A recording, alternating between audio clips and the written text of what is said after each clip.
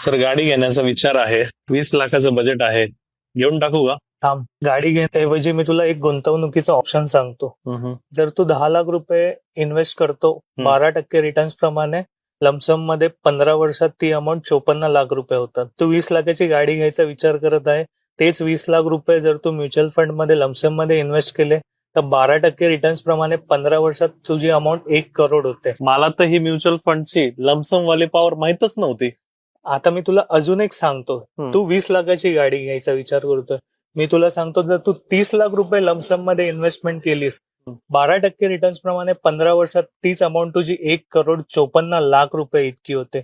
तर ही आहे लमसमची power mutual fund मध्ये. मी काय करतो सर, आता हे पैसे आता मी लमसम मध्ये इन्व्हेस्ट करतो.